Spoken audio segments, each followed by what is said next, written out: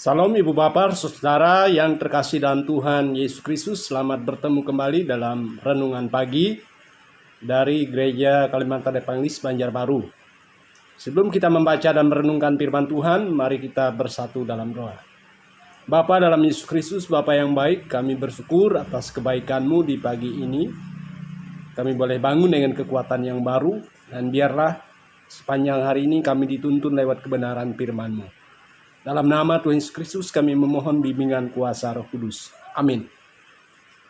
Sesuai dengan almanak Gereja Kalimantan Evangelis, bagian firman Tuhan untuk kita pada hari ini yaitu Kamis tanggal 19 November tahun 2020.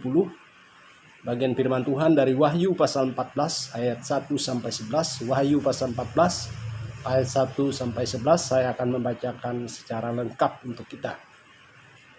Anak domba dan pengikutnya yang ditebusnya. Dan aku melihat sesungguhnya anak domba berdiri di Bukit Sion, dan bersama-sama dengan dia 144.000 orang, dan di dahi mereka tertulis namanya dan nama Bapanya. Dan aku mendengar suatu suara dari langit, bagaikan desau air bah, dan bagaikan deru buruh yang dahsyat, dan suara yang kudengar itu seperti bunyi pemain kecapi yang memetik kecapinya.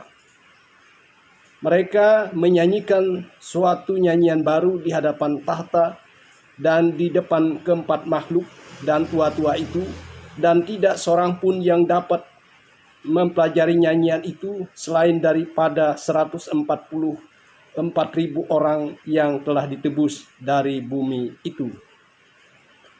Mereka adalah orang-orang yang tidak mencemarkan dirinya dengan perempuan-perempuan, karena mereka murni sama seperti perawan. Mereka adalah orang-orang yang mengikuti anak domba itu. Kemana saja ia pergi, mereka ditebus dari antara manusia sebagai korban-korban sulung bagi anak Allah dan bagi anak domba itu. Dan di dalam mulut mereka tidak terdapat dusta, mereka tidak bercela. Dan aku melihat seorang malaikat lain terbang di tengah-tengah langit, dan padanya ada Injil yang kekal untuk diberitakannya kepada mereka yang diam di atas bumi, dan kepada semua bangsa dan suku dan bahasa dan kaum. Dan ia berseru dengan suara nyaring, takutlah akan Allah dan muliakanlah Dia, karena telah tiba saat penghakimannya, dan sembahlah Dia yang telah menjadikan langit dan bumi dan laut dan semua mata air. Dan seorang malaikat lain, malaikat kedua, menyusul Dia dan berkata, sudah rubuh Babel, kota besar itu, yang telah memabukkan segala bangsa dan anggur hawa nafsu cabulnya. Dengan anggur hawa nafsu cabulnya.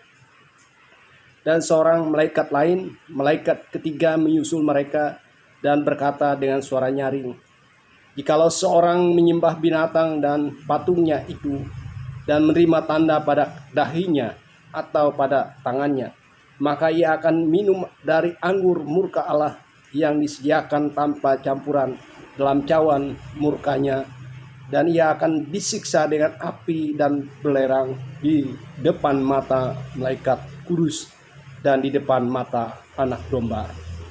Maka asap api yang menyiksa mereka itu naik ke atas sampai selama-lamanya, dan siang malam mereka tidak henti-hentinya disisa, yaitu mereka yang menyembah binatang serta patungnya itu, dan barang siapa yang telah menerima tanda namanya.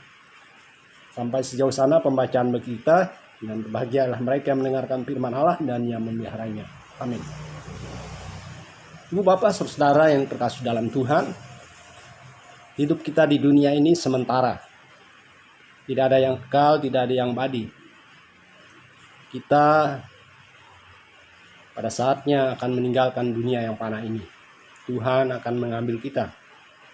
Tuhan akan memberi istirahat bagi kita untuk jerilah hidup kita di tengah-tengah dunia ini. Tetapi yang terpenting adalah bagaimana kita bisa mengisi kehidupan kita dengan hal-hal yang baik, dengan hal-hal yang berguna, dengan hal-hal yang berkenan di hadapan Tuhan.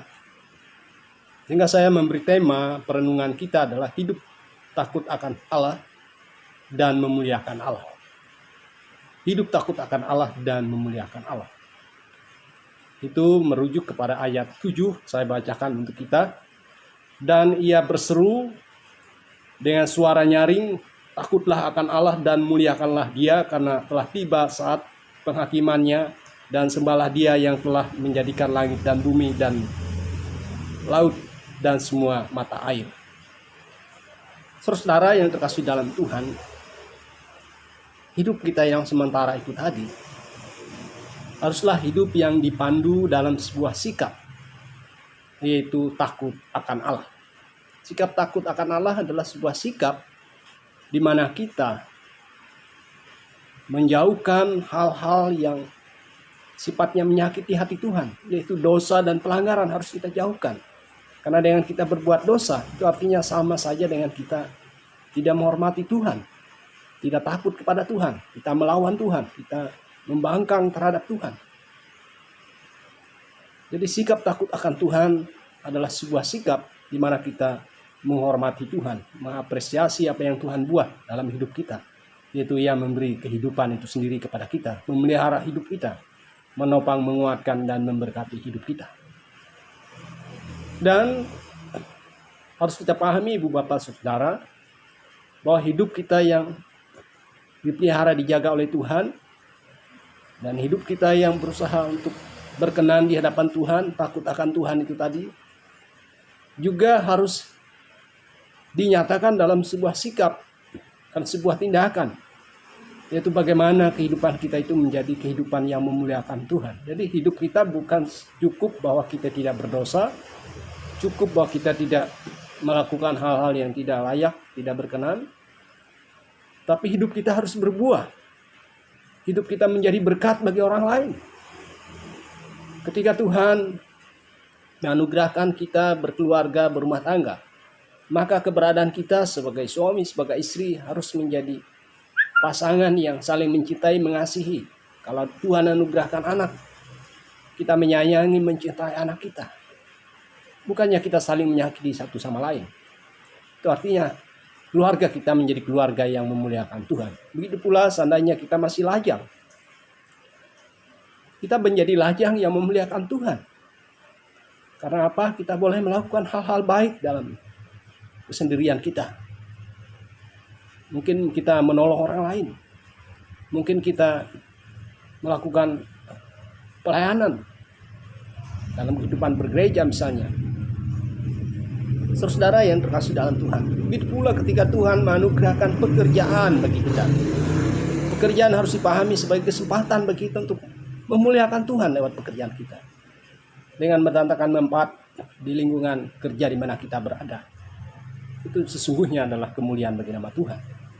Begitu pula ketika kita berada di tengah-tengah masyarakat, kita menjadi masyarakat yang menghormati, menghargai keragaman, yang menghormati, menghargai perbedaan. Bahkan sebagai orang percaya, kita diingatkan kita harus mengasihi musuh kita sekalipun, tidak membalas jahat dengan jahat. Itulah saudara, hidup yang takut akan Tuhan, hidup yang memuliakan Tuhan. Kita memakai kehidupan kita menjadi hormat dan kepujian bagi nama Tuhan. Karena Tuhan menuntun kita lewat kebenaran firman-Nya, hidup takut akan Tuhan dan memuliakan Tuhan. Amin. Untuk firman Tuhan kita bersatu dalam doa.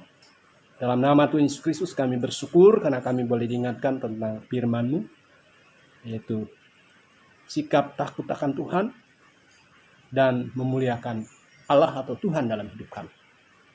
Dalam nama Tuhan Yesus Kristus biarlah kami dituntun menjadi pribadi yang takut akan Allah dan memuliakan Allah. Amin.